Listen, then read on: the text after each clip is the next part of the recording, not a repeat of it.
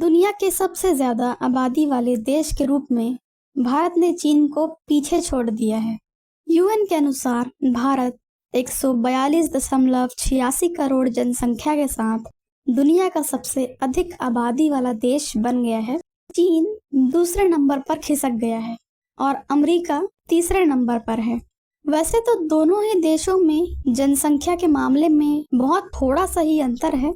चीन की आबादी 1.425 अरब है, जबकि भारत की जनसंख्या 1.428 अरब हो गई है। चीन की आबादी पिछले साल चरम पर थी, लेकिन अब धीरे धीरे नीचे आ रही है और यहाँ भारत की आबादी बढ़ती ही जा रही है। ये पहली बार है कि भारत की जनसंख्या 1950 के बाद से चीन से आगे निकल गई है। संयुक्त राष्ट्र ने पिछले साल ये अनुमान लगाया कि अगले साल तक भारत सबसे ज्यादा आबादी के मामले में चीन को पीछे छोड़ देगा।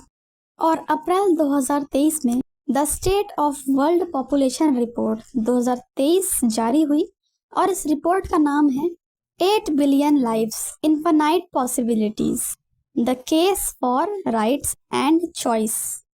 इस रिपोर्ट के मुताबिक भारत की 25% आबादी 0 से 14 साल के बीच है। इसके अलावा 18% लोग 10 से 19 साल की उम्र के हैं।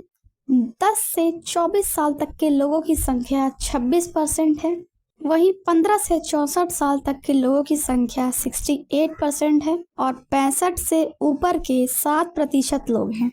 यदि चीन की बात करें तो 0 से 14 साल के बीच 17%, 10 से 19 साल के बीच 12%, 10 से 24 साल के 18% और 15 से 64 साल के 69% और 65 से ऊपर के लोगों की संख्या 14% है।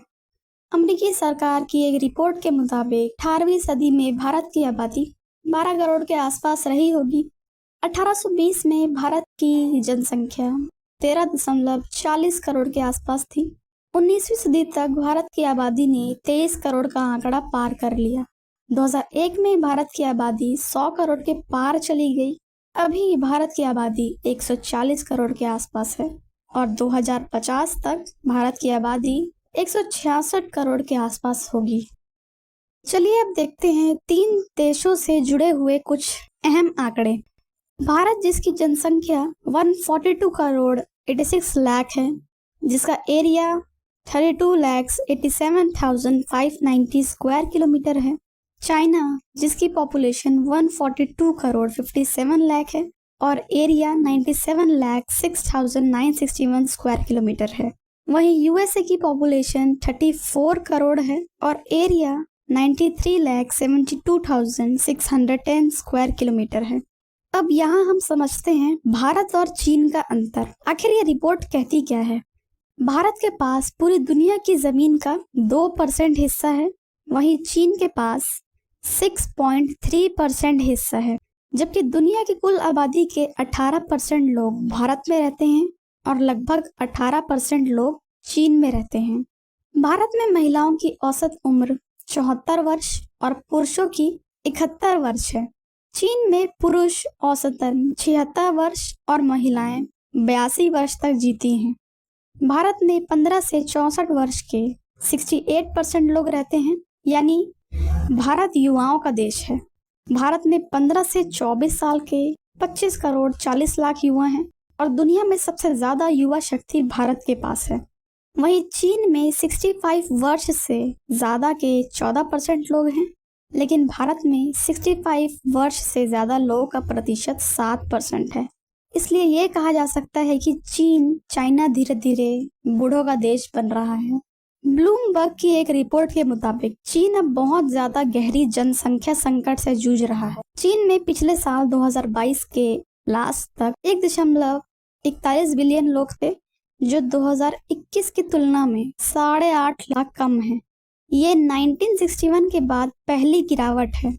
चीन की जनसंख्या में आ रही गिरावट का आर्थिक तौर पर भी काफी बुरा असर होगा। चीन में कम लोग पैदा हो रहे हैं, साथ ही वहाँ की आबादी तेजी से बूढ़ी हो रही है। जल्दी ऐसा समय भी आएगा जब चीन के पास काम करने वाले युवाओं की कमी होगी। विशेषज्ञों का मानना है कि ये ट्रेंड नए घरों और सामानों की मांग को धीमा करके आर्थिक विकास पर ब्रेक के तौर पर काम कर सकती है। जनसंख्या में गिरावट के कारण चीनी अर्थव्यवस्था आकार में अमेरिका से आगे निकलने के लिए भी संघर्ष कर सकती है। 2019 तक तो संयुक्त राष्ट्र ऐसी भविष्यवाणी कर रहा था कि चीन की आबादी 2031 तक पीक पॉइंट पर होगी, अपने चरम पर होगी और फिर घट जाएगी। लेकिन पिछले साल संयुक्त राष्ट्र ने अपने उस अनुमान को बदला और चीनी सरकार को अपनी कम निधि वाली राष्ट्रीय पेंशन प्रणाली के भुगतान के लिए भी संघर्ष करना पड़ रहा है। और अब देखते हैं कि भारत में जो आबादी बढ़ रही है उसके क्या कारण हो सकते हैं। पहला कारण तो ये है शिशु मृत्यु दर में गिरावट, यानी कि 1 साल से कम उम्र के बच्चों की मृत्यु घट रही है। दूसरा कारण नवजात मृत्यु दर, यानी कि 28 दिन की उम्र तक के बच्चों की मृत्यु में कमी आ रही है। और तीसरा कारण अंडर 5 मोर्टेलिटी रेट कम होना, यानी कि 5 साल से कम उम्र के बच्चों की मृत्यु की संख्या घट रही है। देखिए, भारत अभी तक तो ग्रोथ पे ग्रोथ कर रहा है और जब हम 2050 तक पहुंचेंगे तब फिर से एक धमाका होने वाला है। यूनाइटेड नेशंस का ऐसा अनुमान है कि चाइना अपनी पॉपुलेशन में से करीब 30 मिलियन लोग घटा देगा, लेकिन भारत तो 200 मिलियन लोग ऐड कर लेगा, यानी कि ब्राजील के पूरे देश के बराबर लोग, और ये भी सिर्फ 30 सालों में। पर देखिए, भारत के पॉपुलेशन के बूम ने सारी कंट्री को एक समान अफेक्ट नहीं किया है। पूरे देश में नहीं, कुछ स्टेट्स के अंदर फर्टिलिटी रेट इतने कम हो गए हैं कि 2.1% से भी नीचे चले गए हैं। मतलब अभी से बर्थ रेट वेस्टर्न कंट्रीज जैसा हो गया है, जहाँ पे नेचुरल पॉपुलेशन डिक्लाइन हो रही है, जैसे जापान, जर्मनी और यूनाइटेड किंगडम। और एक बात यहाँ ध्यान देने लायक है कि इंडिया में जितनी पॉपुलेशन ग्रोथ हो रही है उसका सबसे ज़्यादा हिस्सा तो नॉर्थ इंडिया में है। ऐसे कुछ स्टेट्स हैं जैसे बिहार, उत्तर प्रदेश, झारखंड, मेघालय, मणिपुर, जिनमें पॉपुलेशन अभी भी बढ़ रही है और 2050 तक 200 मिलियन लोगों का एडिशन हो जाएगा। और अगर यहाँ से एक लाइन ड्रॉ करें तो यहाँ पर एक बहुत ज़बरदस्त पॉपुलेशन का इम्बैलेंस नज़र आएगा। यहाँ पे सिर्फ एक छोटी सी एरिया में करीब आधे से ज़्यादा भारत की पॉपुलेशन रहती है। और एक इंटरेस्टिंग बात है कि वही एरियाज जहाँ पे ये सब हो रहा है वो पहले से ही भारत की पॉपुलेशन ग्रोथ के लीडर्स हैं। मतलब ऐसे ही नॉर्थ इंडिया में कई दशकों से पॉपुलेशन का बूम चल रहा है। और सोचो, इस पॉपुलेशन इम्बैलेंस को समझना बहुत ज़रूरी है ताकि हम इंडिया की पॉपुलेशन को समझ सकें। ये पॉपुलेशन डिस्ट्रीब्यूशन लाइन बहुत अजीब है। लगभग आधा भारत इस लाइन के ऊपर है और बाकी आधा इस लाइन के नीचे है।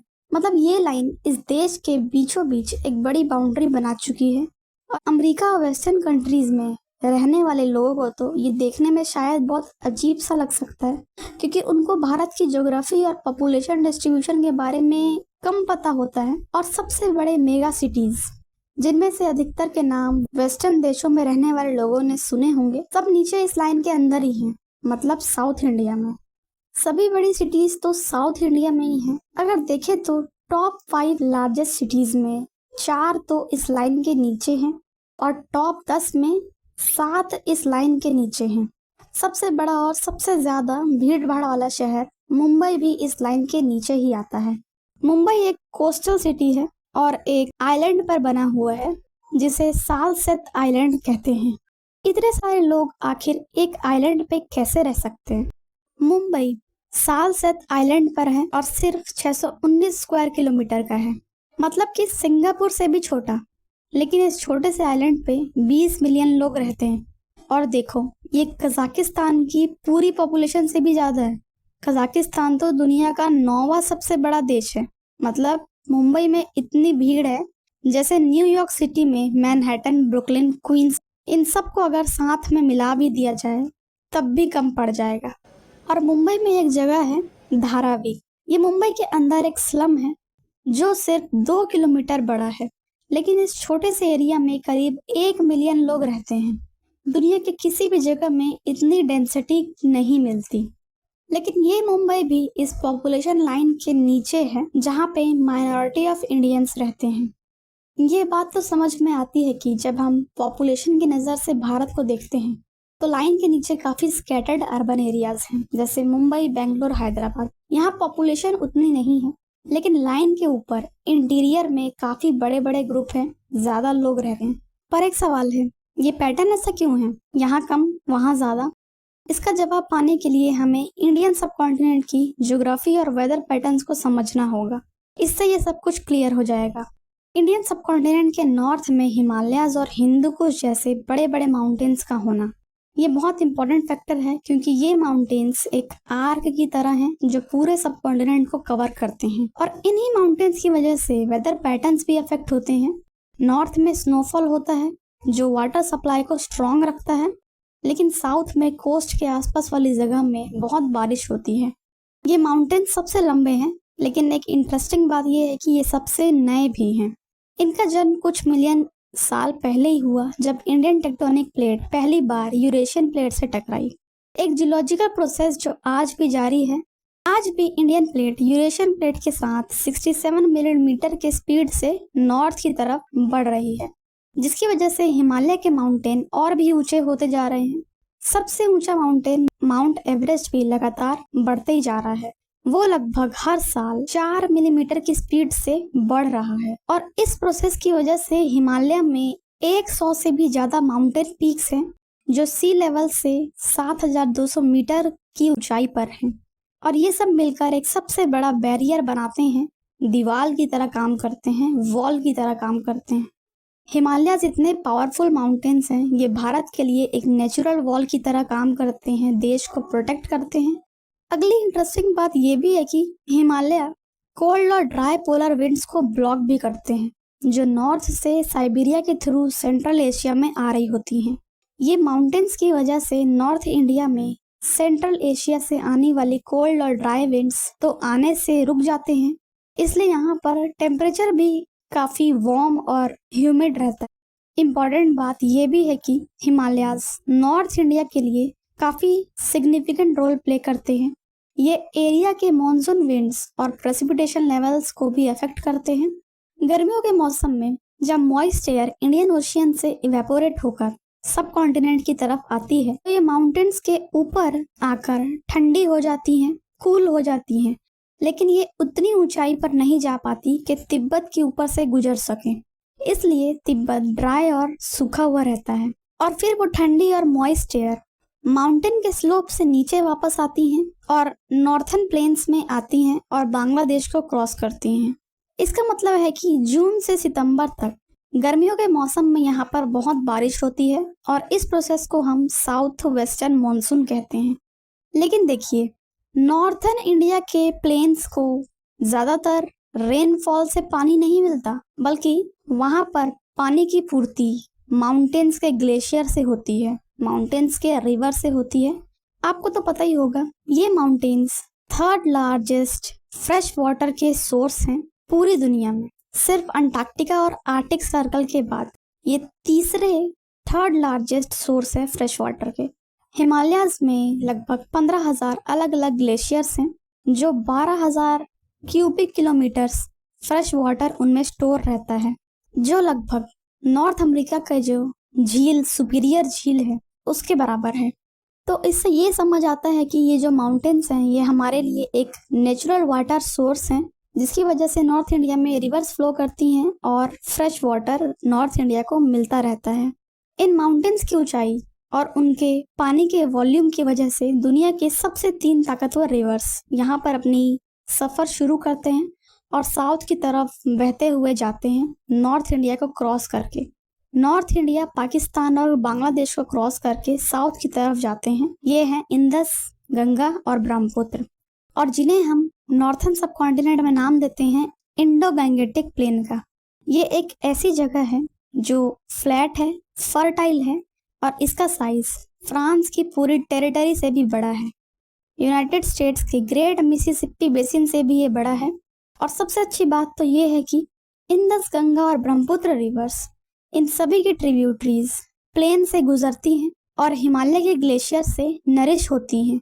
यानी कि इसका मतलब है कि रिवर्स पूरे साल कंटिन्यूअस फ्लो मेंटेन करती हैं, और वो रेन वाटर पर ज़्यादा डिपेंड नहीं रहती। ग्लेशियर्स जो हैं हिमालय से मेल्ट होते हुए आते हैं और ये मेल्टेड पानी जो है ये रिवर में जाता है, तो ये रिवर्स को काफ़ी रिच मिनरल्स और न्यूट्रिएंट से भर देते हैं। इसका मतलब है कि जब ये रिवर्स फ्लड प्लेन्स में आती हैं तो वहाँ की सॉइल को न्यूट्रिएंट्स देती हैं, जैसे कि वो एक पावरफुल नेचुरल फर्टिलाइजर हो। ये दुनिया के किसी भी जगह से सबसे ज़्यादा फर्टाइल और रिच फार्मलैंड क्रिएट करता है। और इसी वजह से उत्तर प्रदेश जैसे नॉर्थ इंडियन स्टेट में आज 240 मिलियन लोग रह रहे हैं, जिसका पॉपुलेशन पाकिस्तान और ब्राज़ील से भी ज़्यादा है, लेकिन उसका एरिया यूनाइटेड किंगडम से छोटा है। पर साउथ इंडिया की बात भी अलग है। साउथ में, मतलब इस लाइन के नीचे, सेम एडवांटेजेस एग्रीकल्चर और पॉपुलेशन ग्रोथ के लिए नहीं है जैसा नॉर्थ में है। यहाँ पर ज़्यादातर एरिया डेक्कन प्लेट्यू से भरा हुआ है। डेक्कन प्लेट्यू एक एरिड, रॉकी और हिली लैंड है जिसका एवरेज एलिवेशन करीब 600 मीटर है। वही हिमालयन माउंटेन रेंज की वजह से नॉर्थ इंडिया फूड ग्रो करने की एबिलिटी में काफ़ी इम्प्रूव कर चुकी है। लेकिन यहाँ साउथ और वेस्ट में एक और माउंटेन रेंज है जिसे बोलते हैं वेस्टर्न घाट्स। ये एक काफ़ी इम्पॉर्टेंट माउंटेन रेंज है। वो हिमालय के जैसे डोमिनेटिंग तो नहीं है, लेकिन फिर भी ये एक बड़ा माउंटेन रेंज है जिसके कुछ पीक्स 2000 मीटर से भी ज़्यादा ऊंचे हैं, जो ऑस्ट्रेलिया के सबसे बड़े माउंटेन रेंज से भी ऊंचे हैं। इसी तरह यहाँ पे भी वेस्टर्न घाट्स डेक्कन प्लेट्यू को सेपरेट करते हैं। डेक्कन प्लेट्यू और अरेबियन सी के बीच में सिर्फ एक नैरो कोस्टल प्लेन होता है। यहाँ पर वेस्ट में जो विंड्स ओशियन से आती हैं वो एक्चुअली कैपेबल होती हैं बारिश करवाने के, लेकिन जब ये मॉइस्ट विंड्स वेस्टर्न घाट्स को स्ट्राइक करती हैं तो वो माउंटेन्स के ऊपर से क्रॉस नहीं कर पाते। इसी की वजह से ईस्टर्न साइड डेक्कन प्लेट्यू के अक्रॉस लैंड काफ़ी सूखी हुई रहती है कंपेयर टू जहाँ माउंटेन्स एग्जिस्ट करते हैं। वेस्टर्न साइड में वेस्टर्न घाट्स की तरह ईस्टर्न साइड में एक सिमिलर माउंटेन रेंज है जिसे ईस्टर्न घाट्स कहते हैं। ये माउंटेन्स कंटिन्यूस नहीं हैं और थोड़े छोटे हैं कंपेयर टू वेस्टर्न इंडिया के माउंटेन्स, इसलिए बे ऑफ बंगाल से जो मॉइस्चर आ रहा होता है इसे ये ब्लॉक नहीं कर पाते, लेकिन कुछ अमाउंट ऑफ मॉइस्चर को रोक लेते हैं। इसी वजह से डेक्कन प्लेट्यू के वास्ट एक्सपेंस में लेस फ्लैट लैंड है और कम रेनफॉल होता है compare to plains of the north, जिससे एग्रीकल्चर प्रैक्टिस यहाँ काफ़ी मुश्किल से हो पाती है। ये काफ़ी एक डिसएडवांटेज वाली चीज़ है साउथ इंडिया में। यहाँ के रिवर्स ग्लेशियल फेड नहीं होते जैसे कि नॉर्थ इंडिया में होते हैं। यहाँ पर साउथ के रिवर्स गोदावरी, कृष्णा, कावेरी ये सभी रेनफॉल पर डिपेंडेंट होते हैं। ये तीनों ही रिवर्स वेस्टर्न घाट माउंटेन रेंज के अंदर से शुरू होते हैं। साउथ के रिवर्स गोदावरी, कृष्णा, कावेरी ये सभी रेनफॉल पर डिपेंडेंट हैं। ये तीनों ही रिवर्स वेस्टर्न घाट माउंटेन रेंज से शुरू होते हैं और फिर ईस्टवर्ड फ्लो करते हैं, डेक्कन प्लेट्यू से गुजरते हुए बे ऑफ बंगाल में एम्प्टी हो जाते हैं। लेकिन ये वेस्टर्न घाट्स हिमालय जैसे ऊंचे नहीं होते और वो नॉर्थ से बहुत ज़्यादा साउथ में लोकेट हैं। और इसी चीज़ का एक साइड इफेक्ट ये भी है कि ये रिवर्स नॉर्थ की ग्लेशियल फेड रिवर्स जैसी सुटेबल नहीं होती एग्रीकल्चर के लिए। और इससे दो क्रिटिकल मामले सामने आते हैं। पहला, ये रिवर्स ग्लेशियल फेड रिवर्स की तरह मिनरल्स और न्यूट्रिएंट्स लेकर नहीं आती, जिसकी वजह से ये फ्लड बाढ़ का कारण बनती हैं और वो सॉइल में इतने न्यूट्रिएंट्स डिपॉजिट नहीं कर पाती। दूसरा, इनका वाटर वॉल्यूम पूरा मौसम पर ही डिपेंडेंट होता है कि जब बारिश नहीं होगी तो उस वक्त तक इन रिवर्स में काफ़ी कम पानी रहता है और इरिगेशन के लिए भी काफ़ी कम पानी अवेलेबल रहता है। लेकिन एग्रीकल्चर के लिए तो पानी की बहुत ज़्यादा ज़रूरत पड़ती है। इसी कारण साउथ इंडिया में एग्रीकल्चर को थोड़ा ज़्यादा चैलेंजिंग माना जाता है कंपेयर टू नॉर्थ इंडिया। लेकिन हर रीजन की एक अपनी यूनिक ब्यूटी होती है। नॉर्थ इंडिया के रिवर्स में हमेशा ही पानी की पर्याप्त मात्रा होती है इरिगेशन के लिए, क्योंकि यहाँ के रिवर्स को ग्लेशियर से पानी मिलता है जो वेदर पर डिपेंड नहीं रहते। लेकिन साउथ इंडिया में हाई एग्रीकल्चर प्रोडक्टिविटी की लोकेशन भी कम है और इस पॉपुलेशन लाइन के नीचे भी इंडिया की पॉपुलेशन डेंसिटी कम ही है। यहाँ पे अभी 700 मिलियन से ज़्यादा लोग रहते हैं जो पूरे यूरोप की पॉपुलेशन के बराबर हैं। लेकिन ओवरऑल डेंसिटी नॉर्थ के ऊपर, मतलब कि उत्तर प्रदेश, बिहार में काफ़ी ज़्यादा है। ये दुनिया का सबसे ज़्यादा भीड़ भाड़ वाला रीजन है। लेकिन देखा जाए तो हमारे देश की पॉपुलेशन के साथ साथ यहाँ पर अपॉर्चुनिटीज़ भी हैं। हमारे देश में काफ़ी यंग पॉपुलेशन है जो एक स्ट्रॉन्ग वर्क फोर्स के रूप में काम आ सकती हैं। अगर हम इस यंग एनर्जी को सही तरीके से चैनलाइज करें तो हमारा देश एक इकोनॉमिक पावर हाउस बन सकता है। इसलिए हमारे देश को एक यूनिफाइड और बैलेंस्ड ग्रोथ के लिए काम करना चाहिए। Education, health care, family planning जैसे एरियाज में काम करना बहुत ज़रूरी है। यूएन की एक रिपोर्ट ने भी कहा है कि भारत काफ़ी पावरफुल है और शिक्षा, स्वास्थ्य, स्वच्छता, आर्थिक विकास के साथ साथ टेक्नोलॉजी में भी काफ़ी प्रगति की है। पर भारत को भी अपने युवा शक्ति का फ़ायदा उठाने के लिए नौकरी और काम के अवसर बढ़ाने होंगे, महिलाओं को बराबर के मौके देने होंगे और इसी के साथ हम अपने देश को एक प्रॉस्पेरस और सस्टेनेबल फ्यूचर की तरफ बढ़ा सकते हैं। आज के लिए इतना ही। मिलते हैं ऐसी किसी नई वीडियो के साथ। नमस्कार।